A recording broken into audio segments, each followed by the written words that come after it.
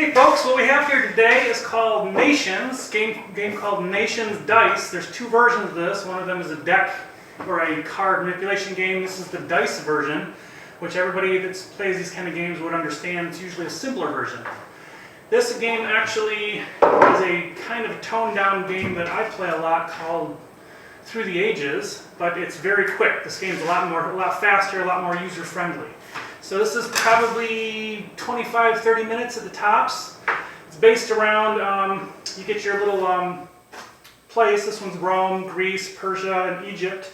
You get a place and it represents different things that you have, things like agriculture and mining and warriors and stuff. And each one of these is represented by a dice. So 1, 2, 3, 4. I have 5 white dice to start with as represented across the bottom. And what we do is we roll our resource dice and they tell us what we get. We get wheat, we get swords, we get gold, things like that. We can exchange those things to be able to buy different buildings and wonders throughout the ages. So if we spend 1 gold, these little tags will have little symbols on the side that show 1 gold. And then it also says that this is a wonder, so this has a 2 stone to be able to build. So this is built in 2 steps. But if I wanted this, I would spend my little 1 gold symbol and I'd put it on my tag, and then I would take this and put it in my wonders to be built.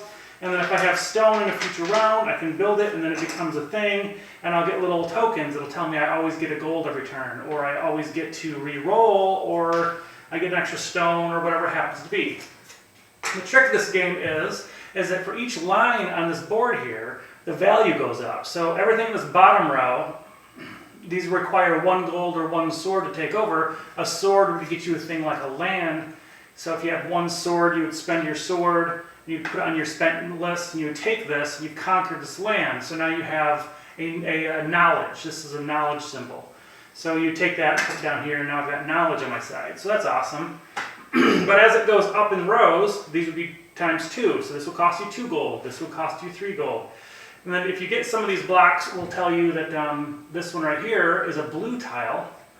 And the blue tile has a blue block at the bottom. So if you take your chart and you place it over one, well, you've just destroyed one of your white dice, and now you get to replace it with a blue dice. The blue dice does something a little bit different. So this game's pretty neat, moves pretty fast. It definitely has a lot of interest for me because I like this style of game. But a lot faster for people who are not always gamers. So this is usable for people who are mid-range gamers. There's also a point system that you can get victory points if you have the requirements for the end of your era. So once everybody is done and they've all played their turns and everybody's happy with where they're at, then you go to era 2 and all these get wiped out and replace them with level 2 buildings that require a little bit more because you've built up from these. But after you do that, you can get points by just filling the criteria of the age. This one just requires, if you have 2 food symbols, you can get a victory point. If you have 1 sword symbol saved, then you can get a point for that. You just saved a sword. And then the first player in this is actually determined by whoever has saved the most swords. They actually get to go first on the next round. And going first in this game can be critical depending on what buildings come up, because this is definitely like a time management kind of game.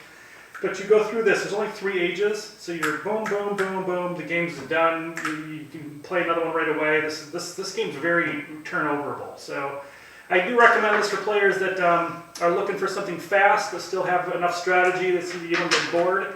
The dice system is really cool. You can wipe out a white dice and get a red dice, and anybody who follows any kind of gaming knows that red dice are military, so there's lots of swords on this, and then some stone. You can get 3 swords on 1 dice compared to 1. So boom, I've got an army.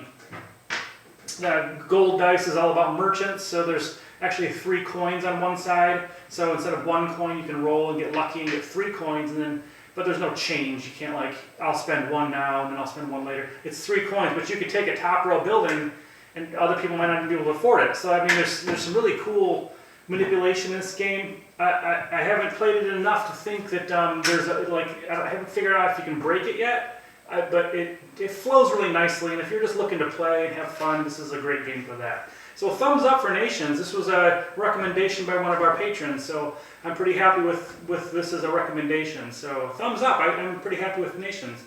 Talk to you next time. That's why we play!